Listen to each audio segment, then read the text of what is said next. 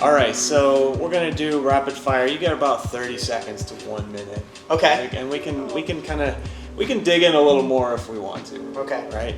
So we'll start with an easy one. Okay. So what do you spend an unreasonable amount of money on? Amazon.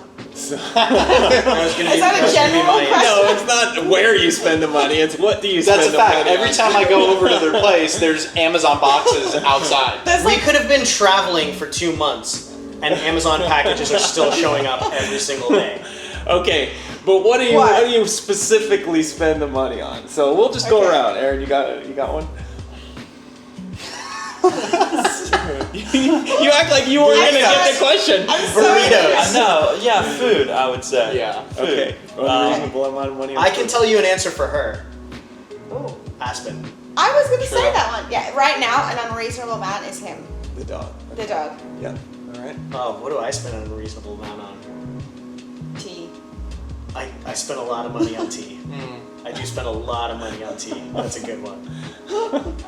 I spend an unreasonable amount of money on like taking care of my body. So like Oh, yeah. massages. I have those Normatec compression boots. Yeah. I have a sauna. all the fun toys. I have a sauna in my garage. You're I have building a one of those cold guns. plunge. I'm building a cold Yeah. plunge. You I spend an unreasonable amount of money on unreasonable amount of money on that. That body is- care.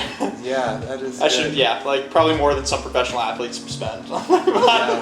I'm playing for the long game. Up there with LeBron. Yeah, exactly. Right up there with LeBron. Yeah. Russell Wilson, the quarterback for the Seahawks, just said that he spends over $1 million a year on I his heard recovery and health and wellness, Yeah. which is that's goals. That's goals. Yeah. That's goals. Okay. What about you, Jay? It's probably tech, like just fun tech stuff. Toys. Yeah, toys. I try not to get into too many new hobbies because I do the, I would have the sleeves and all this Yeah. other stuff, but I try to avoid that. I just have 2 guitars, that's it. For now. For now. So tech. Okay, second question. If you weren't a coach, you'd be a... Ooh. I want to go back around. Back to me. Yeah. If I wasn't a coach, I would be I would probably be an actor. Okay. Yeah, I might be an actor. I did acting in high school and really enjoyed it and did a few other things. So I would definitely be in the entertainment industry. Okay. Awesome. Zander, what about That's you? interesting. If I were not a coach, I would probably be. The first thing that comes to me is hopeless. Wow. Like You'd be an entrepreneur, though. I don't know. Like I honestly don't see like I think I've been searching I feel like I've been searching my whole life to become a coach. Yeah. And then when I finally found it, I was like, oh my god, this is the thing. Yeah. Yeah, so I honestly don't know. Homeless. Homeless. Yeah. Okay. Yeah. Cool. Wearing the same clothes. And stuff. Pretty much. All right, Maddie. I kind of went 2 ways with this one because if I never became a coach, I would have stayed with nursing. But that's not what I would want to be. So, and this doesn't appeal to me. But if I had to pick something, then maybe something along the lines of like health and wellness and nutrition as a practitioner versus a coach. Is that still So a technically the coach. same question? I think you're cheating. Alright, fine. Pretty sure that's cheating. I Google feel like synonyms of coach. I tried. Okay. I would probably be like a travel blogger or something like that. I don't know. Just to something. I can see you as I can see you as a travel blogger. That Yeah. checks out. I'd bake some nice things. Yeah. Go some nice. Take places. pictures of your Yeah. villa in Santorini. Yeah. Yeah. Something like Yeah. that. That doesn't sound too bad. I could still do that. Yeah. Yeah, and for me, if I weren't gonna be a coach, I'd probably have an investment fund. I always wanted to have one. Doesn't mean I still can't have one one day. I was gonna say but- you're going to. Yeah, I We're always gonna fund it. Yeah, Exactly. But yeah, I always looking at trends and seeing where things are going, and Day trader. Yeah. no, not No. a day trader, but Since yeah. he was what, maybe 13 years old, he was always on. Eight or nine, yeah. He's 8 or 9 years old. He was on it since I was 13. You were 8 or 9 years old. You were always on it. You'd be up in the early morning. Hey, and I made those, stocks. I And made you'd be those like, mistakes early on though. I remember, so I got in when I was 8, and then I got my first. Who says that? I got my first. I got it when I was 8. I got my first bankruptcy letter when I was like 11. I put like $200 in Washington Mutual, and I just like that. You know, like you get all these like. You get like proxy votes to vote like, you know, as a shareholder, and one of them was like a bankruptcy letter. It was funny though. That's amazing. Yeah. Don't play with penny stocks. Just like, you know, good work, don't start a website, don't do all that, you know, stuff that looks sexy at first, but Penny stocks. yeah. Follow-up question. So this What is- stock should we be in right now? Right one now? tip. One tip. Fire from the hip. I think social media obviously is here to stay. I'd say take a look at Pinterest or like Etsy. Yeah, definitely got a lot of value. Be advised, we are Yeah. not financial advisors. We give no advice around investment or Disclaimer, finances. disclaimer. Disclaimer. Yeah, But if you want to send us See- commissions, yeah. Go to Jim Cramer for help. yeah, it's funny. It's similar to you, Zander. I'd be a middle manager at some Yeah. corporate job that I was unhappy with. That you hated, yeah. Yeah. Okay, next question. What is the single biggest reason coaches fail? In their business or as a practitioner? There's so many. Either one. Let me go back around. What do you think? First off, the single biggest reason. Yeah. This is hard. One. It's a compound. They feel that they need to help everyone and they need to do everything, right?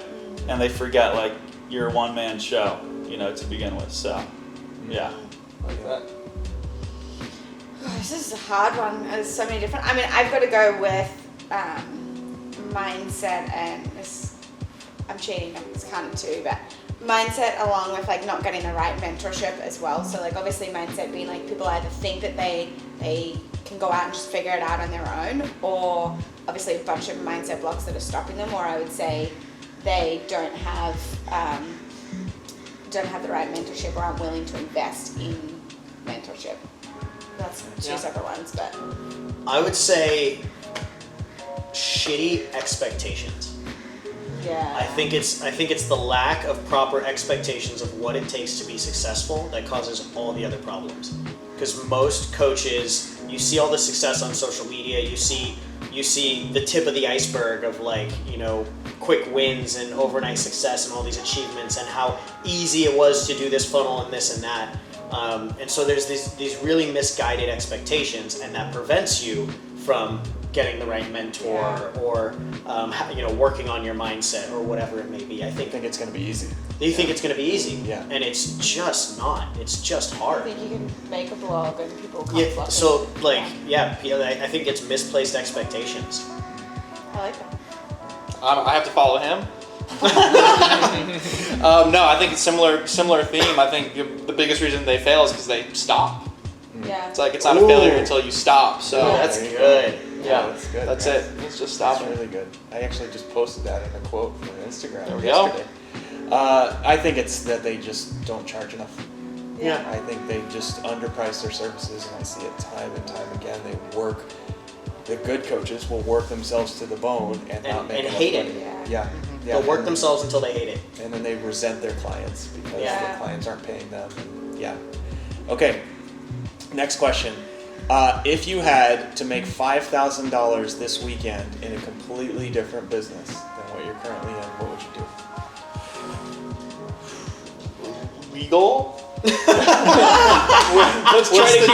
try to keep it legal. Because like, if I needed to make 5K, like I can make 5K. No, I would if I needed to make. Let's set some ground rules. Yeah. Can I use my social media or can I use my email list or anything like that, or is it like the idea that like That's not fair. Okay, so like Okay, so- drop me off in the middle of Yeah. like Oklahoma and I have no email list, no social Yeah. media or anything like Yeah. that. Okay. I'm grateful that I learned sales thanks to this guy. So I would go find someone who has a solution to something and go sell that solution. Yeah. Oh man. I mean, it would still have to be for me. It just still have to be in the information space because you could get it going really quickly. but I would probably find something. I'd really focus on something that's a dire need right now with, COVID, quarantine, whatever, election, whatever people are hyper focused on. Yeah. I would find something that people are hyper focused on right now and create a quick information product or coaching service around it. Solid. Yeah, I just kind of feels like it's cheating, but I'd have to say something if I can't include anything, like I can't help people with mindset or anything that I'm currently doing. Can I change my answer? Go. I would become a weight loss coach. There you go. Oh yeah. Okay. There is never going to be a shortage of need for a weight loss coach. Yeah. Yep, true. I would become a weight loss coach. I could sell somebody at 10K tomorrow. Okay. All right. Yeah. Do it. Yeah, I'd have to, because I'm thinking I can't do mindset, I can't do business. I would have to do something. I used to do a lot of relationship stuff, so technically I'm not currently doing it, so I'm not allowed to still count that in there because I've already done it in the past. Yeah. Okay.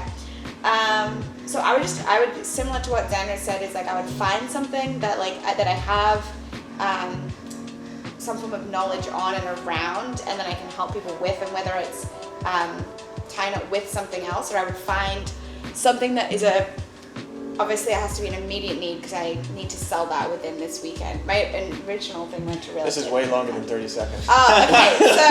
So I'd find something. Try again. I would find something that is a dire need right now and figure out sell it, similar kind of thing as information. But that's still coaching. But anyway, I lose. Yeah. I mean, with the limited amount of time, I'd probably said go to a used car dealership and go on commission for a weekend, see what I could push. Yeah. Hopefully it's enough to meet 5K, so it's probably the easiest thing. Yeah. Okay. I would just ask everyone I know for money. Oh, you cheated. Yeah. You knew the question. You knew the question beforehand. I came up with that when I was listening to Maddie. I was like, oh yeah, I would just ask for money. That was Yeah. basically right. And here's the thing. I mean, I live near Silicon Valley. This is what people do. Yeah. They come up with some dumb idea, and then they ask people for $50 million, and they get it. And they say yes. Yeah. Yeah. So okay. So similar question. Okay. Nobody knows who you are. You're starting from scratch, right? And you want to basically build a 6-figure business in the next 30 days. What are the first 1 or 2 things that you do? Hire Joshua. Yeah. Tell people that I'm available for hire. Right. So okay, let's be more specific. 6-figure coaching business. Yeah. So I would first get very clear around what I have to offer, my valid business offer, around what I feel like I can provide a solution on. I would get clear on that. That's the first thing that I would do.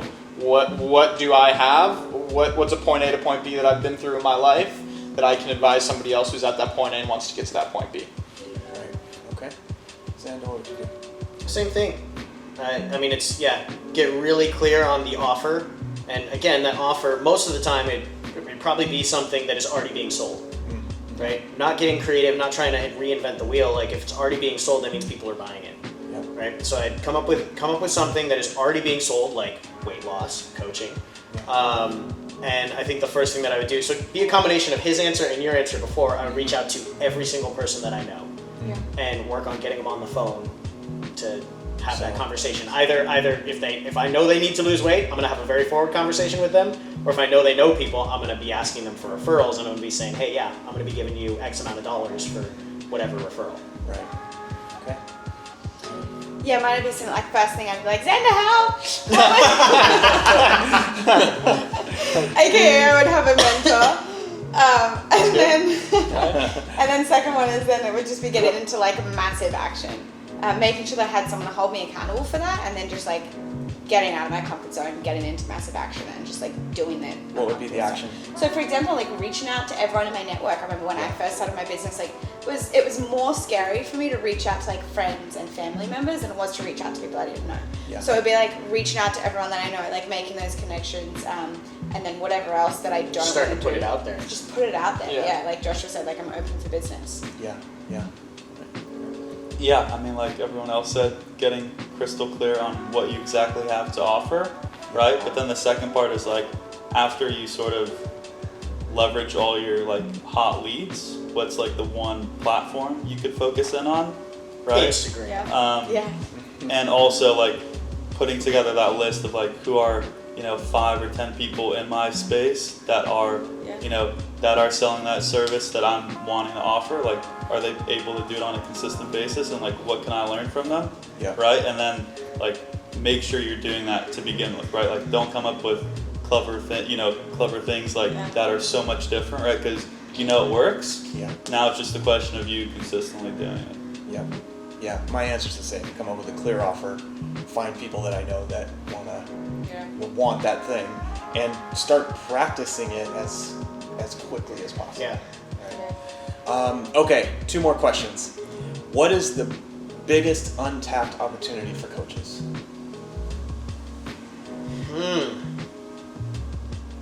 Now, it could be something that we recommend, but just thinking out there. What's the biggest untapped opportunity? I think it's probably, just to go back to what you said, it's the warm network. Yeah. So this goes back to what we were just talking about, right? Like even for us, we're a $3 million coaching business, and 80% of our sales come from organic market or referral, right? And I think kind of like what Maddie was saying, most coaches find it easier to try and go out to people they don't know, rather than like you have a network of people that know, love, and trust you. You're just scared to go put this out there. And if you understood that you have a cure for cancer, why the fuck are you holding it back from your friends and family? Right. Yeah. So I think it's your warm network. Yeah. I would say that the biggest untapped opportunity or potential for coaches is the real world. We're so focused on social media and numbers that, like, for me, I found that some of the most incredible relationships and opportunities that have come in my life have come from just getting out of my room and my head and getting out into the real world. Like, the opportunities don't happen in a vacuum. Yeah. Like tapping into the network, building the network, and like following the breadcrumbs, getting out there, having a coffee with someone, picking their brain, going to the next person, getting a bit more out there for sure. Yeah. Definitely, like both of those. If I want to choose something different, I would say one of the things that helped me this kind of goes along with connections, but masterminds. So like getting into a community of like-minded people, whether it's like a community that you're going through a program with, whether it's a mastermind. Like I just made so many connections with people that, like, entrepreneurs that were thinking bigger than I'd ever thought, that like held me to just such a higher standard than I ever held myself. And you just don't get that when you're around people that aren't in the entrepreneurial That don't understand world. you. Yeah, so it's like getting those connections and like immersing yourself in those people. How do we find those people? Because the people I'm around suck. I know, right? How'd you figure that out? Got some work to Shit do. out of luck, Josh. Shit out of luck. I mean, I gotta say something different now. I'd probably say like accountability. Yeah. Like I think it's tough to like have all this stuff, right, if you don't execute it, on it daily. So having that accountability, I think definitely brings it all together.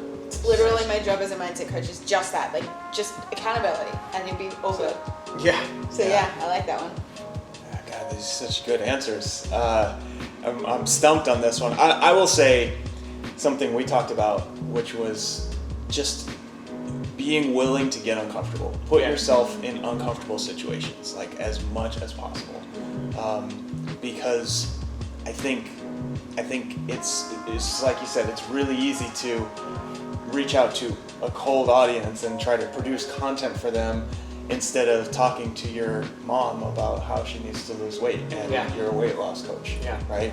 And so just having that uncomfortable conversation. I love that. That's really good. Okay, so last question. What is one thing that you wish every coach would do? Love selling. If every coach loved selling, they would impact millions of lives. Yeah. We'll open it up. Everyone's got to have an answer. Doesn't have to be that one. Just a good one. Yes. All right, I'm gonna say get clear on your numbers. Yeah. Oh, Get yeah. super clear on your numbers. Yeah. Because Understand the data. Yeah. Yeah. I got one. Do the uncomfortable work. Yep. What was the question again? What's one thing you wish every coach would do? Ask themselves if they really want to coach. Yeah. Like, to be honest with you, because I think there's a lot of coaches that are, not certain on it or not certain on why they want to do Or it. they're just doing it for the money. Maybe. Or yeah, exactly. Yeah. Or not. Or they think that it's going to be sipping Mai Tais on the beach. easy. Yeah. Yep. Yeah. Yep. So I think that. It's I think more like every, working out. Exactly. Yeah. Exactly. So. Yeah, you're on the beach. You're just working out on the beach. Yeah, I know. It's hard. It's beautiful, but it's hard. This kind of goes with that. I would say it's like commit and shift your expectations, and then if that's aligned, like actually commit to doing it. Because I think we kind of spoke about this before, but there really are so many misalignment of expectations, thinking that you're just gonna happen like this. You jump on Instagram and you get a bunch of people the next day, and so I would say shifting those expectations, but then at the same time like committing to those expectations. Commit and Are you don't really quit. willing to commit and don't quit? Like, are you really in this for the long run? Are you Yeah, really yeah. willing to just make this shit happen? Yeah. Um, Burn the really boats. Yeah. committing. Yeah. Yeah. Awesome. That's all my questions. Cool. Great. That was fun. Who got a gold star, Tyler? Who was Yeah, that? who wins? You all lose.